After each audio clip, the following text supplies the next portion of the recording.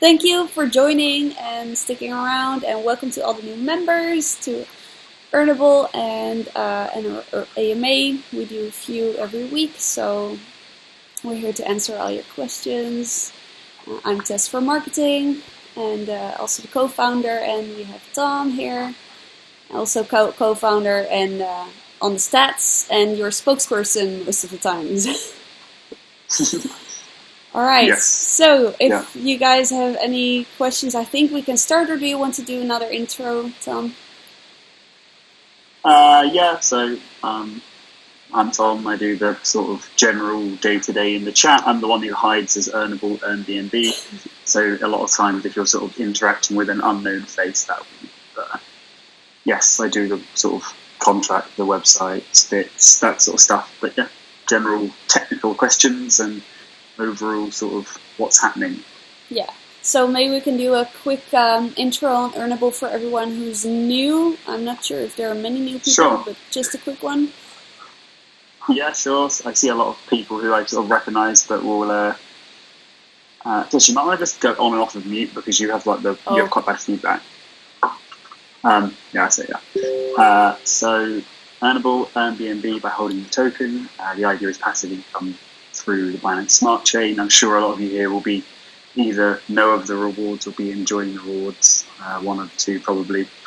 And yeah, it's effectively the goal, and the goal is to make it so that you don't have to sell any investment. You can continue to earn money or earn BNB while doing nothing really, and you can claim it whenever you want. And our goal is to be as sort of transparent and honest with you guys about the process and what we do and how we're doing it and why we're doing it. And that's why we're here today. Answer some questions and sort of generally intro the new people and sort of show that you can speak up and sort of let us know if you have any questions or worries or whatever it may well be. So let's field the first question if anyone's got one.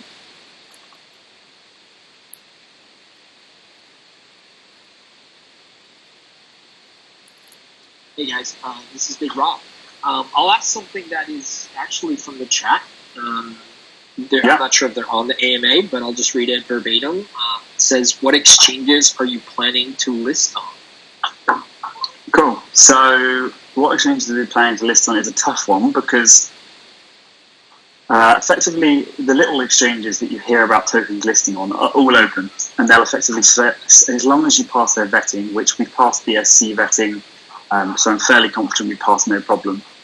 They will accept us. The thing that we're not willing to do is compromise on our tokenomics. It's the most important part of our token is the passive income and rewarding you guys for holding.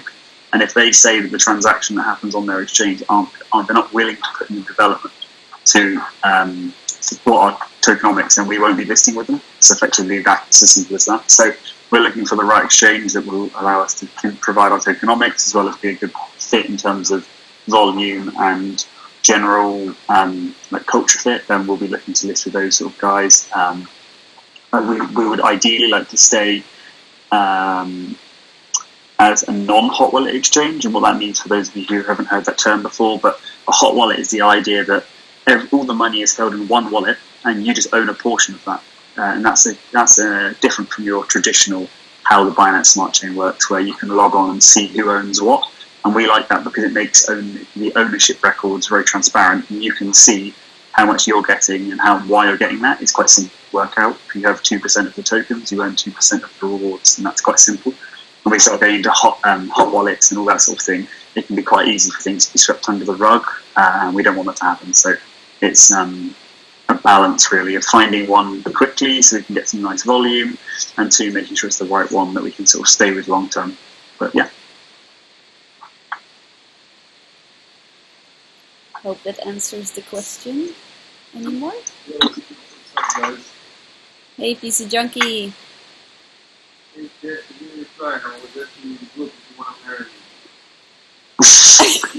want to marry you.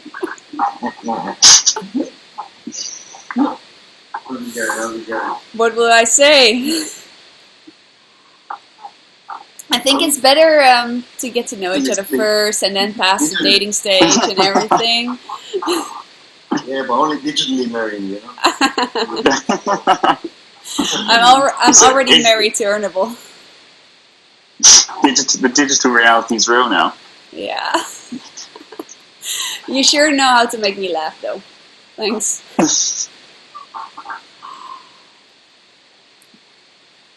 Any else? Any other? Yes, anything else? We'll be around for 45 minutes, or probably around that about time, 50 minutes or so. So feel free to ask me anything, and you can put it in chat. I don't actually know where my chat's gone, so I can't actually see it at the moment, but I might work. Here it is. So yeah, ask anything in chat or anything like that, and we can always answer. Ooh, maybe. We did a little bit of an announcement a few days ago. I don't know, it seems ages in crypto space, but I shared that Mesut has a little bit more of a prominent role in terms of daily marketing, and I think you all have seen it in the chat that he's leading the daily activities more, and maybe if he's here, I saw his name. Maybe you can say hello to us as well. How are you guys? We're doing great. How are you? I'm good, thank you. Sorry I'm late for about 10 minutes. Just as you guys were starting the AMA session, my doorbell went off, and one of my neighbours wanted to have a chat about something. So apologies for being a bit late. No worries. Did you miss the wedding proposal? By the way, your answer, I couldn't hear you because my internet was cut off. I'm already taken by Earnable. So is that a yes? I think that's a no. I'm not sure what's allowed in crypto space. Yeah, I sent you an NFT as a ring. Okay, you gotta pay the gas fees, though, Tess. Oh yeah. It's gotta be a marrying ring on NFTs, right? Like a 3-dimensional one. It's ooh. Okay, now we're talking. Give me more. Okay, so Mesut, I think you're up to speed. We did a little short introduction, but I would really give the people the opportunity to ask you a question or two if they want to, if you're open to it, or if you're just chilling, that's also fine. Yeah, sure. They can ask me a question, although it's only been a few days, so I need a bit more time to kind of get my head around it and get used to the way you show. Tess, I muted you again. Yeah, sorry, your feedback is savage. I know, my laptop is flying away. Yeah, it's no good. Too much BNB is this.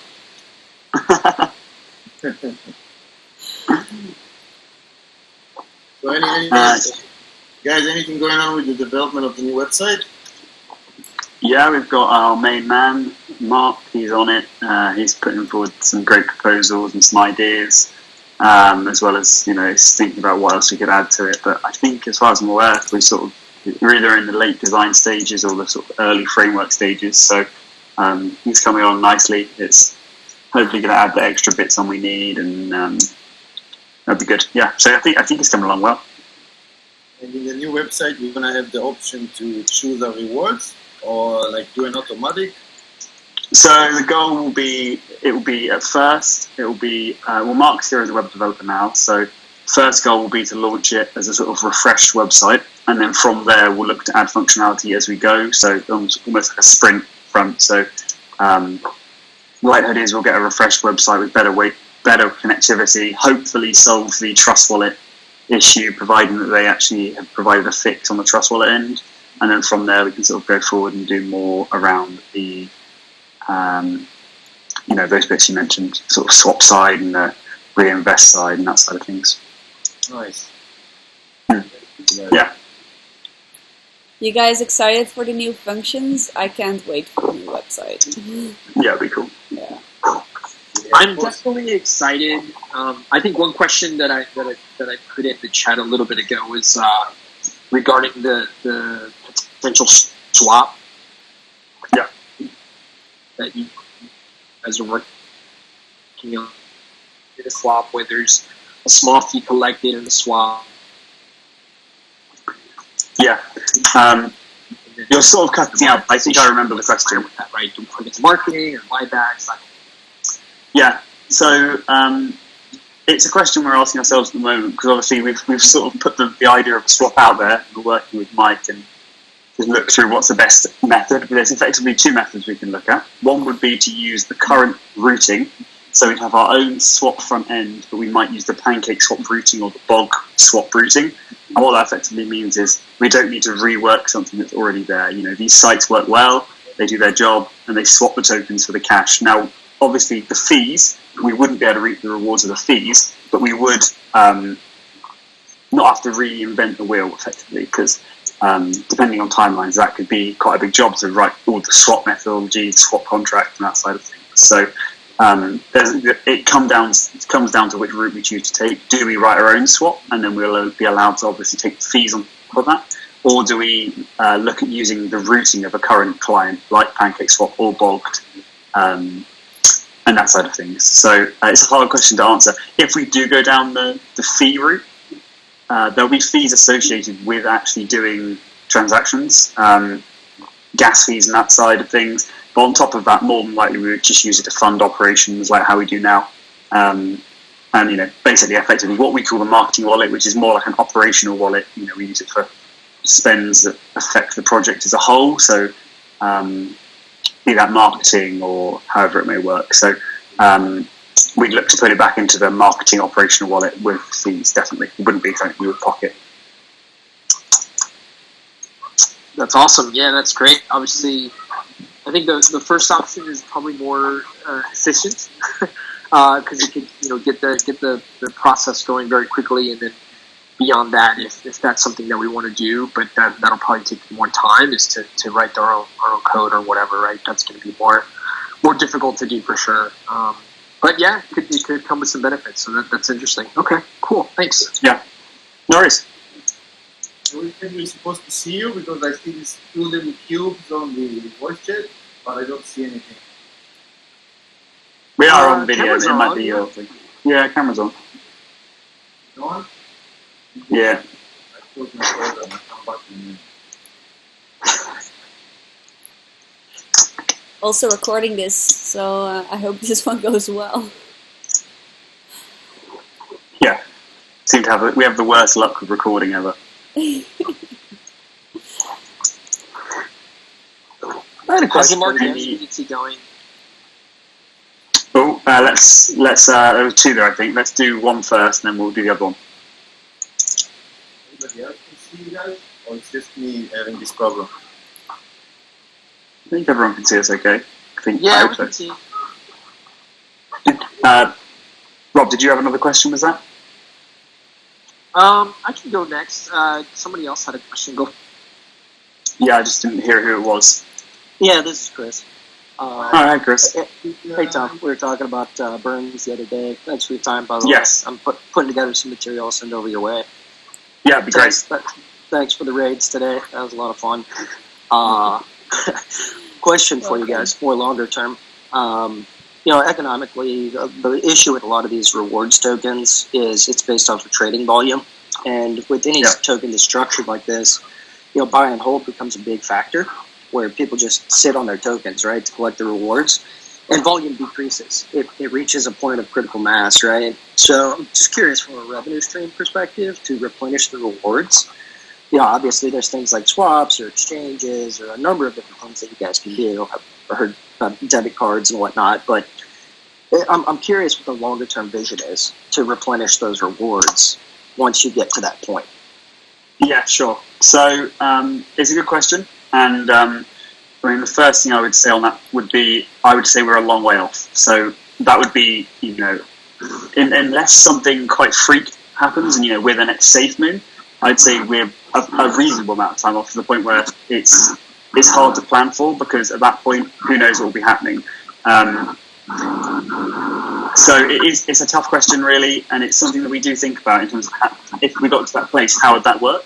My initial thought on that is that even on these tokens which reach critical mass, there are always going to be people pulling out and reinvesting their tokens. So, as an example, SafeMoon sees, which is actually 10% tax, so it's only 5% less than we are, so a significant amount and they see well over into the multiple millions of volume each day, because people, what people will hold. There will be a significant amount of people by the time you're at 2-3 million holders that have to pull their money out. They have no choice. There'll always be people who are looking to invest longer term. So it is something that I've been thinking about. How do we sustain the growth? But I think it's something that, while we might not see the same level of volume, the volume will be high enough that it will support the rewards throughout. That's what sort of my quick paperback maths has sort of told me, is that I'm not worried about the sustainability of the rewards, as well as the fact that because our marketing is focused mainly towards volume, we can really focus on mass marketing to sort of fill those gaps. So the goal of the marketing is to fill the peaks and troughs of the volume, and that's what we sort of see, is that because at the end of the day, any price action brings volume, and volume fuels your rewards. So as long as we're not dipping too low to the point where we're seeing actual worry in the community around price and market cap, we can use the marketing budget to sort of smooth out the peaks and troughs of volume, and therefore continue all to get rewards. So because our marketing wallet is sort of regenerative, we then use that to continue rolling over. So sustainability is something that's obviously a question, but I think we should be okay, providing we don't get to Bitcoin levels, at which point then it begins to be to the point where we have so many holders. It could in theory become hard to sustain, but it's something that we can't really think about at the moment, because we're in a point where this sort of token hasn't reached that level. So it's a tough question to answer for sure, but I do appreciate it's a good one. Didn't mean to put you on the spot there. It's a good one. Long-term vision, but yeah, I appreciate it. It's a good answer. More short-term, you've got plenty of upside if we're even with your closest competitors, right? You're talking exactly. 20 million market cap. You're 10x from here to your next closest competitor. 100x to the median for rewards tokens. So there's a lot of upside, a lot of trading that's going to take place before you guys get there. But I'm glad to be here. So it's exciting times. Good to hear it. Good to hear it. Well, as an example, I just did some exciting there. We have 2% the amount of holders as SafeMoon. So our holders can go 50x before we're even at a state of being in, those big token levels. It's something that we'll have to have a look at as we sort of go forward. But in terms of vision, it's to continue bringing to the point where in passive income ecosystem almost, where people who invest their money with us can continue to take their rewards in however way they want. We want to make it easy so that if there's a new token coming out and it's on our almost approved vetted list, the idea would be that we hate the idea of you guys being unsafe in the investing community that is BSC at the moment. If we're being honest with ourselves, it is a bit of a shit show, and we want it to be to the point where we can try and reduce your risk as much as possible. So something I've been sort of playing with the idea of is almost like the tokens that we allow people to take their rewards in will be from almost a vetted list. So there's some security around you taking your money in that reward, and the idea would be that once it's vetted and it's sort of there, you'd be able to take your rewards in that token on the website. So if a new token's relaunching and it looks great and you're really interested in investing in it, rather than taking your fees in BNB, going over to PancakeSwap, swapping it, that sort of thing, we could sort of almost automate that, so you can just click through and just approve to take your rewards that week in that token. So I guess it's more around building that sort of income ecosystem of Earnable. It looks like PC Junkie has a question. Yeah. PC Junkie, you're unmuted if you want to go for it. Yeah, sorry, it's been so much time since then, I forgot what I wanted to ask. Go ahead, someone else. No worries. Hey, Tom and Tess and everybody, thank you again, and everybody, thank you for the questions. It's been a good discussion so far. I had an idea that maybe it might be kind of easier to implement than some of these other ideas, but something was maybe like an export function on the rewards page to just jump right to Twitter with your rewards that you can talk about them with just a click or two. I think that might be. That's funny you should say that, actually. I was literally thinking about that last night. I was thinking that would be a really cool way to have a share, and it would just give you a cool little image that you can just share quite easily. So yeah, I actually really like that idea, and it's something that I was thinking about last night for sure. 10 points Awesome, for you. yeah, I agree. So good. Yeah, that'd be nice actually. Is that easy to do, you think, Tom, or should we do it in the next website?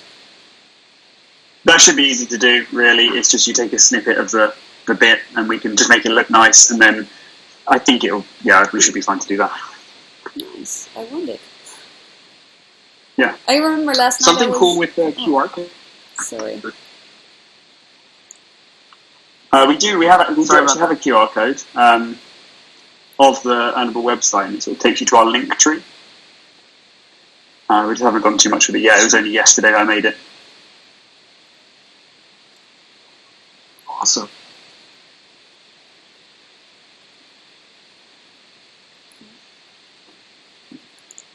Anyone else?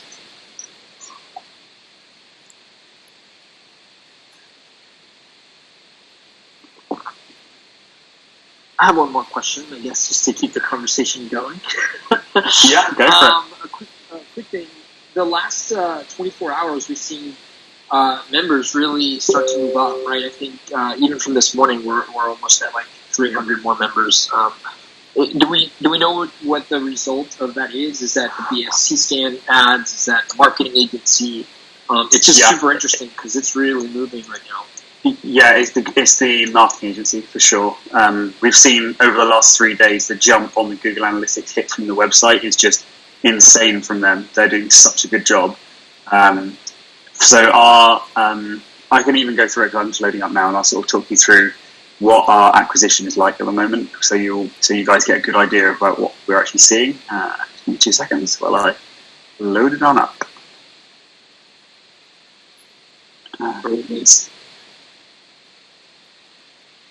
And I'll just load this up, and I can sort of take you through where the most amount of people are coming from at the moment, what we're seeing, the sort of trends we're seeing. Because I know there's a general interest in marketing and what sort of sources we see, so I think it might be nice for us to all sort of go through it together.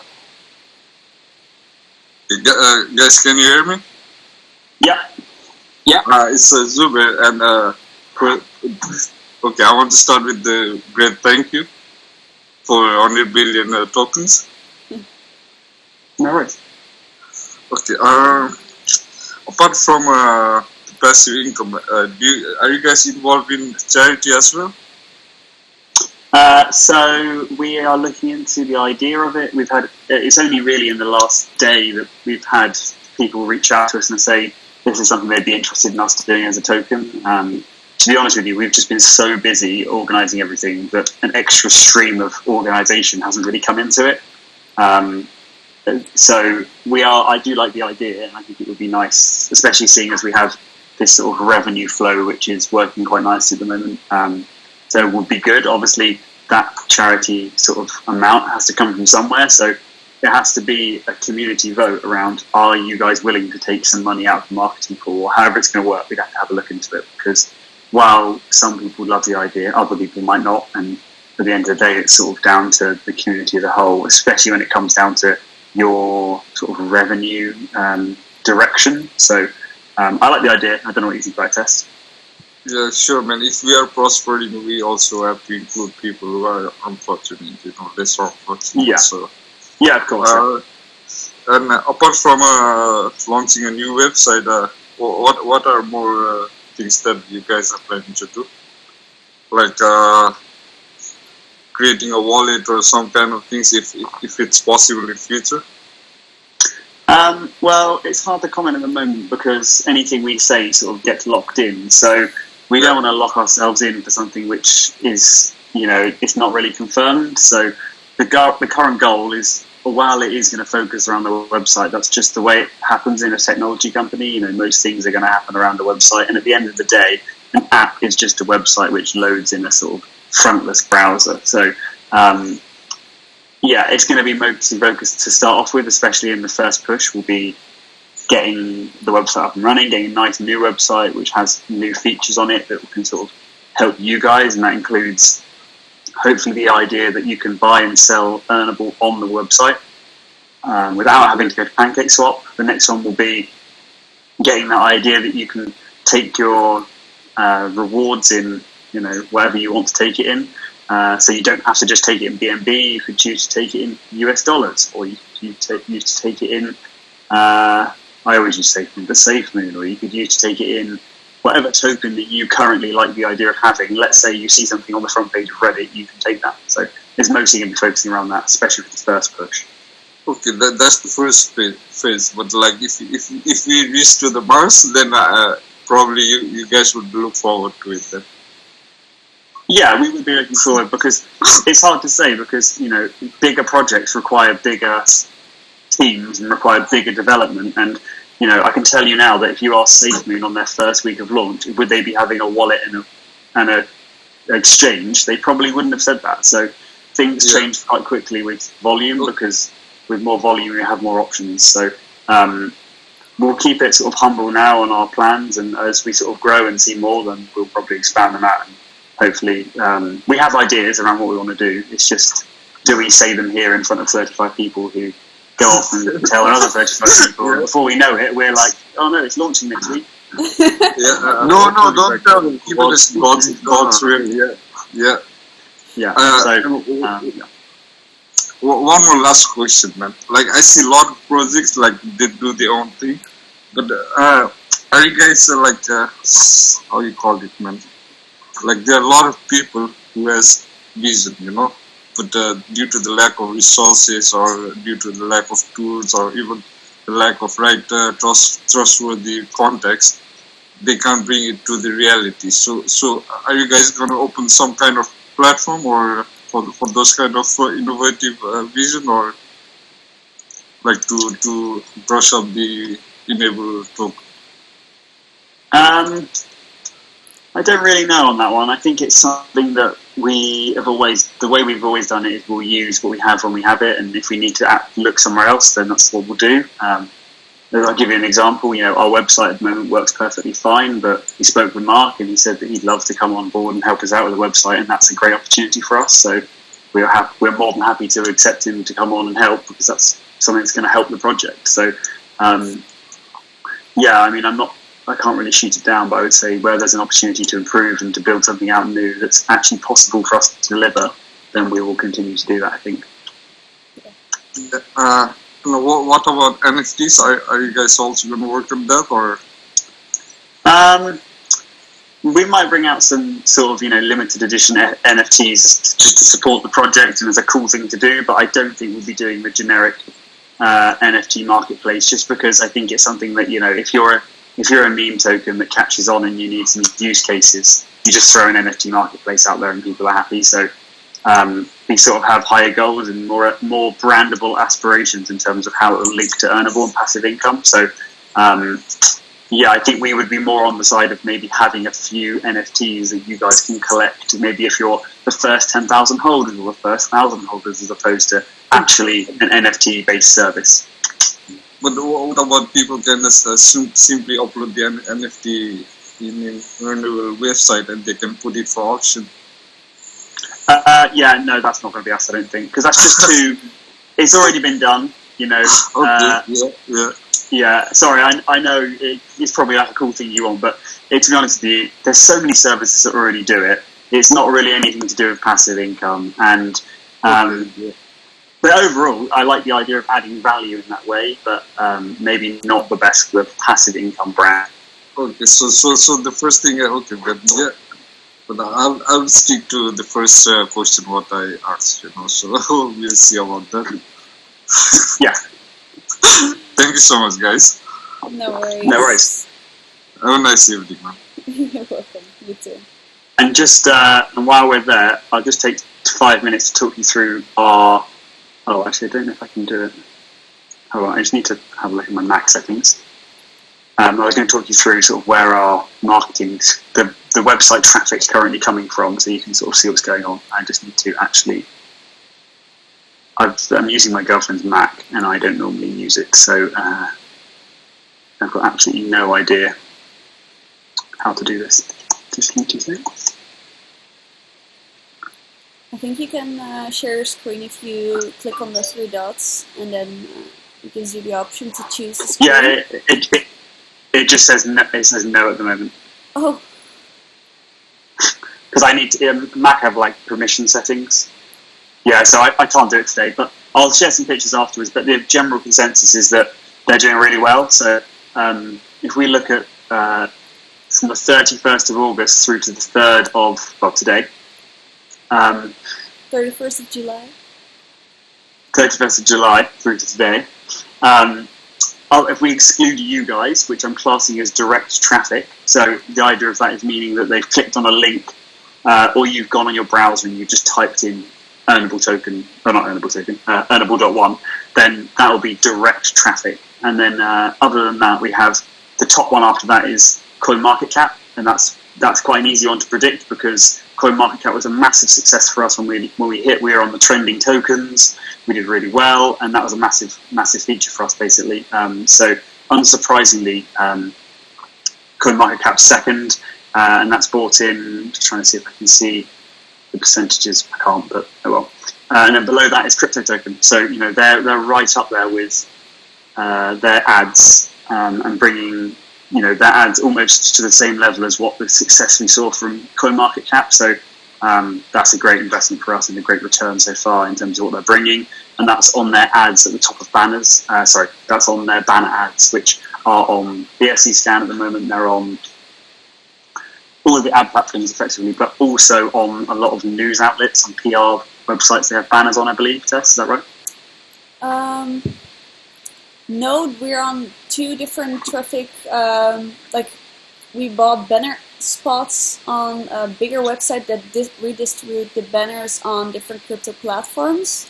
This is pinned. I don't know the names by heart, but those are just advertising platforms that make sure you get the best banner spots on every good platform. So that's actually a mix of many. That is, yeah. Yeah, so effectively they're doing really well, and they're sort of great to have on board, and it's really good that we can see them in our sort of traffic and we can sort of track along with how they're doing. As well as that, we have things like CoinGecko and Google are below them, and then we have BSC Scan in general, and that's people who click on our link on the BSC Scan website. So yeah, I mean overall, I think they're bringing a lot of traffic. To go back to a question, and it seems to be a good success in terms of the holders, definitely, but also. Momentum, I think, is a key point. Each day we'll start to see, if we think about percentage gain, if we gain 1% of holders on the first day, that might only be 1. But when we're at 1,000 holders or 5,000 holders, that could be 5 or 50 or however many it is at the time. So momentum should continue, and hopefully we can continue to get that momentum in, plus the ads and that sort of thing. So yeah. Quick question, Tom. I know you said we can't access the details, but are you able to tell us which regions or countries the traffic actually comes from? Yeah, of course. That's a good one. I like that because I like to share it with Tess. So I can tell you that. Let me go to my demographics overview. So we'll look at the 31st of July to the 3rd of August again. And we'll do new users, so we don't do returning users. So coming in at the top is United States, followed by Indonesia, India, Lithuania, Brazil, the United Kingdom, and the Philippines. That's our top 7.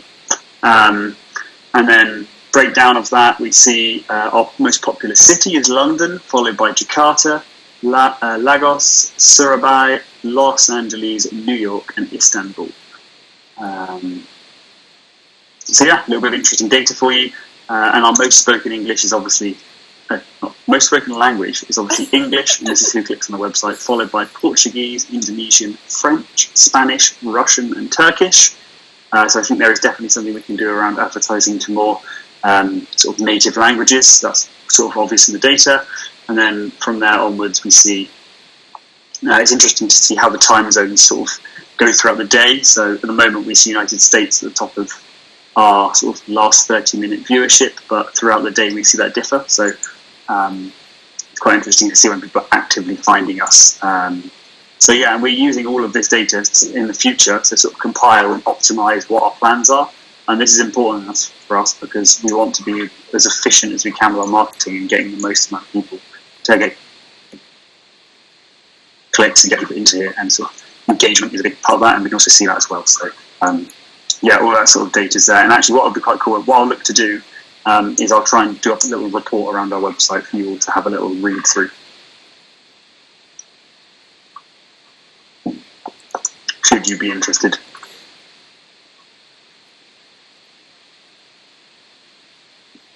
Nice, that's a good one. Does anyone else have some last questions before we kind of round it up? Because it's or almost 45 minutes now. It's not a question, it's just a statement. Our team is OP. Thanks, guys. Thank you.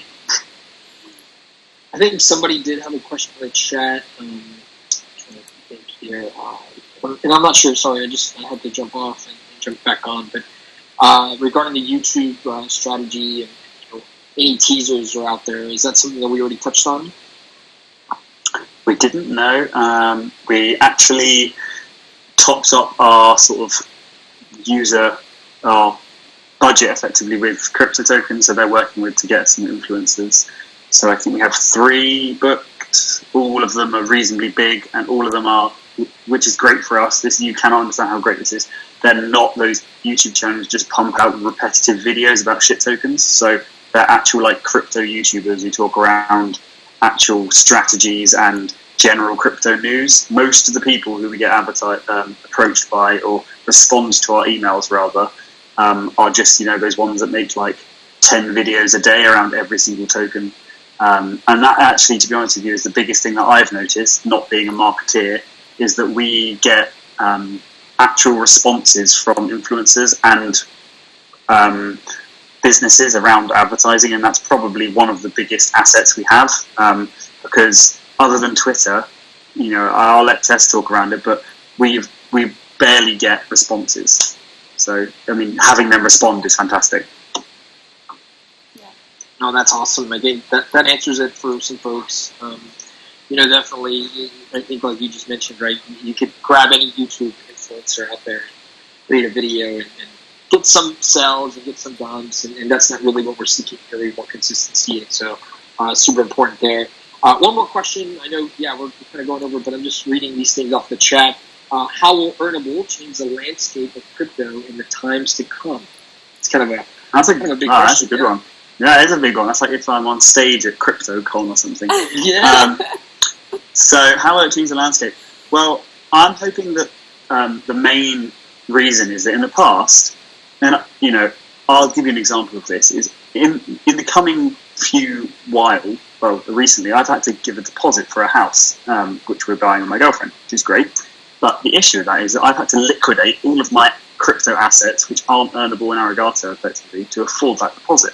And that's gutting because I've worked so hard to build them up, and they're effectively gone over time just because I needed that money. And one of the biggest reasons is to have a source of income from crypto and investments where you don't have to liquidate your assets. And I think that's a massive thing because, should you need a little bit of money, which isn't going to be life-changing, let's say it's $100, $200 over the course of X many days and you're invested in Earnable, that's a realistic amount to pull out without ever having to touch your investment. So while the price goes up and goes up and down, but hopefully up over time, on a normal token, you only realize that gain when you sell, and that's good, that's great. You can see amazing returns from that. But all of us here, we've all been in crypto and we've made it this far to be in DeFi.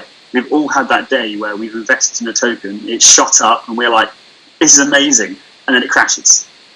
And, even if that happens with Earnable and that price action happens, you can always remember that you've made some BNB in the process and you're not just straight out of luck. There's money that you've received through BNB, which you can spend however you want, be it reinvesting or be it take it out. The other day I took out some money and withdrew to my bank and went out for lunch. Great. If we didn't have that, and I have a day job, so it's a bad example, but I might have to liquidate a bit of money to go and do that, or however it would work. Whereas it just brings that new option. So I think that idea of being able to invest your money and not having to sell should hopefully change the landscape. That's what I think, anyway. Yeah, that's such a good answer, right? I think the liquidating piece is always the risk, because you liquidate, and you could potentially miss out. You can potentially lose out on, like you mentioned, right? You're realizing a gain, and there's tax implications, and and even more than that, because the moment you sell, you also have to move on to another project, which can be another scam, which I always hate. Exactly. Yeah, you take on all the risks, right? All over again. You have to start the vetting process, the questions, and all the same things that you've done to make that decision to put your hard-earned money in the beginning. It's just super important to just say, hey, look, I hold this, and every day or every other day or every week, I collect some residual income. That's important. Yeah, and as well as that, I think there's a big side of it that, even there's one thing that can be guaranteed, and that's that even if it's a small amount, there will be volume, and you will be earning BNB. So, and that's important because even on the days when you're down, let's say, for instance, you bought at 4.4 million, where we reached 2 days ago, and then we're now sitting around about 2 million. So you've lost 50% of your investment. In a lot of tokens, that is how it is. You've lost through 50% of your investment, but with this sort of landscape we're in here, you're still earning your BNB just like anyone else, and you're still realizing profit beyond your losses. And I think that's great because it stops you from having so much pressure on. It takes away some of the fear around price dips, and I'm bad for it because I tell people all the time, don't watch the chart, but I'm the one who's watching the chart on my own investments, so it's bad advice from me. But I'm there watching the chart every day, and it's going down, and I'm like, oh no, and it's like, what's going to happen? Obviously in Earnable I don't have that because I'm in for the ride, so it's less effective. But when I'm holding a token or something, I check it and I see what's happening. When it goes down, I'm thinking, is it going to continue to go down, or however it's going to work? So it takes a little bit of fear out of that, which is nice. I find myself checking the accumulated BNB rewards more than the chart itself. I mean, as soon as I wake up, I'm onto Earnable.1 and see what I've earned, which is a good feeling. Yeah, and that's if people are worried around the price, I generally try to say to them, think of it more of you're spending the money, which you will more than likely get it back and some. But just think about it as buying your way into the rewards. You're almost like a deposit for the rewards is a good way of thinking about it. You're spending a little bit of money to get some rewards back, and in the future you can claim your deposit back plus maybe a little bit more should the price move. So that's a great way to think of it, is you log on and see your rewards and see how much you've claimed and that side of things. I personally see it like you buy in passive income, basically. How much I bought in, I don't even care the initials. I care only about the passive income that it's producing. And if we reach $10 million volume daily, it's going to be fucking, I'm leaving my job, man. I'm going traveling. Yeah. I mean, that would be amazing. Idea, yeah. When that first person to reach that would be an amazing thing to hear from me and Tess and the team, and just generally I imagine that is a good marketing story, isn't it? Like it's someone's. Yeah, I'm gonna do you a nice story so far. Yeah. We should send that person a T-shirt. Yeah. Oh, first one to travel on paid by Earnable. Yeah, you wanna sponsor my travels? Or you just gonna wait for you? You just raise the volume. I'm gonna sponsor my own travels. I will sign it. Signed by the Queen. Yeah, guys, definitely. I'm up for it. Wait, if you're the Queen, so Tom is the prince? What? If you are the Queen, then Tom is a prince or I'd say king. I'm more like Jester. He's too young for a king, so for a king, yeah. He's humble enough to be a king. No? Yeah, I mean, it's not Lord of the Rings, but still, Cersei's son. Franz, you had a question? The vicious king. Yeah, I just had one more idea as we were talking about charity, and I think it's a really good, kind of facet to work in here, and it's really important that, like Tom said, we don't change the tokenomics of the project. That's such a crucial pillar of stability. But I think one good option could be like having a choice as you're cashing out your rewards to commit like a certain percent, whether it be 1, 10, or 25%, where that would go, to another pool where, that would be a charity pool that the holders are kind of, choosing variably as they withdraw. So they don't have to commit to a certain percent, and we would be able to see that number grow, like as a whole group, like, wow, the entire community has collectively done this. Not that it's, a certain percentage of that tax, but I think especially as market cap grows, volume grows, some of these, whales and larger wallets are going to be more than happy to, be cutting over, some of that percent. So that's just an idea that came through. Yeah, that's a good idea, actually. I like that. The idea that you can maybe have a slider of how much of your BNB rewards you're claiming, and you can claim not all of the pool, and if you do want to claim not all of the pool, you can budget a little bit to send into the charity wallet. It's a good idea. Obviously, it would raise questions around how people about charity. Is a charity, sort of, you hear about these horror stories around charities only spending 3% of their, total gained profits and all these sort of things. So it would be a long idea and project to find one to sort of meet our sort of goal and that sort of thing, and make sure it's fully what we would need. But yeah, I like the idea, definitely. I have an idea, Tom. I'll leave that hard stuff up to you guys. I have a good idea, Tom. I'm a long run traveler. I traveled the world for like 10 years already, and I'm sitting right now in Budapest, in Hungary, and I'm originally from Israel. But what I just had in mind that if you guys up for it, I'm thinking I can take with me some Earnable t-shirts and hats, go around in countries like India, Indonesia, South America. Just find some people that I can help them out, some poor people. Take some tokens, sell them, go buy them some food and stuff, make some photos, videos, and show that actually the money from charity is going for helping people, right? We can put some t-shirts, give them some t-shirts, make some nice videos, photos. Also, it's good for promotion. Yeah, it's a good idea, I think. We'd have to have a look at how we would do it all, and the sort of the implications from a business standpoint of giving charity money away. But it's something to look at, definitely. Obviously, our goal would be I can go there and not give them actual money, but actually give them some of the tokens so they can start earning BNB. Yeah, we'll have to have a look at it and see what sort of options we can see going forward. Obviously, we're in the early stages of what we do right now. But I think there's loads of options. But yeah, good call. I actually have a question I want to ask myself for everyone's knowledge and the recording on the video. So, do I think our liquidity is high enough? This is the question I get a lot. So, 1% goes into the liquidity pool. Yes, I do. And I'll tell you why, because I came up with it. So the reason why I think it's enough is because the idea is to sort of allow for good price jumps of new levels. And I'll explain what I mean by that. So with each trade, the liquidity pool gets higher, and therefore the price gets more stable.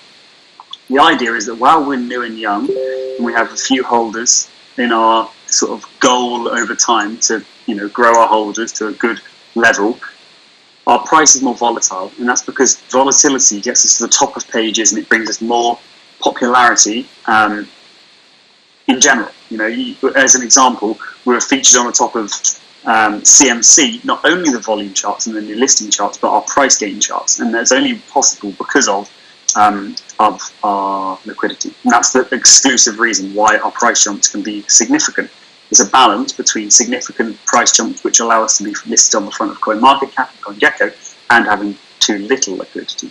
Now, I believe our liquidity is in a good state right now. It's sort of designed so that we see a price. Sorry, I'm mirrored here, so this is really confusing. We see a price jump, then we see stabilization through liquidity growing, and on the next price jump, it allows us to jump up, and then the more trades that price level, we'll see some more stability gain.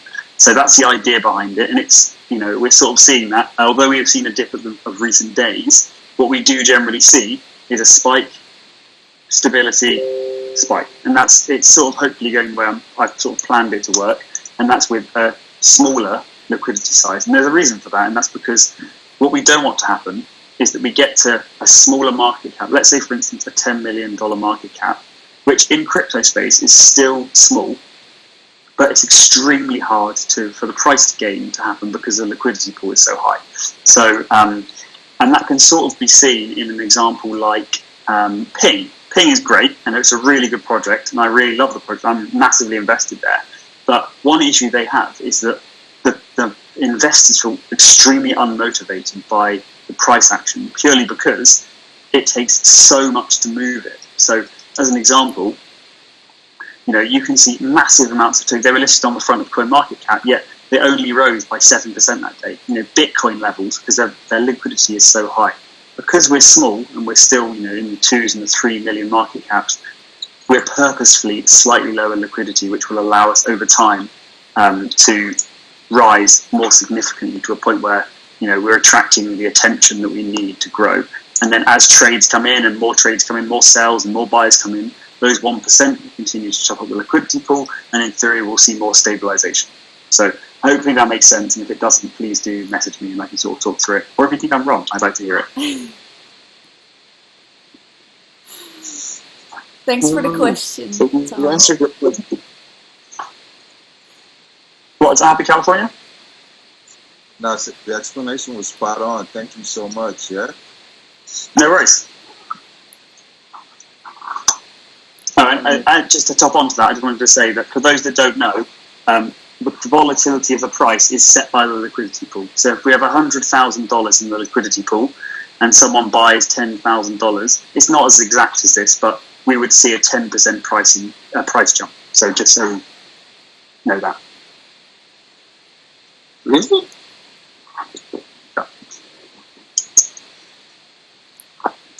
Yeah, exactly.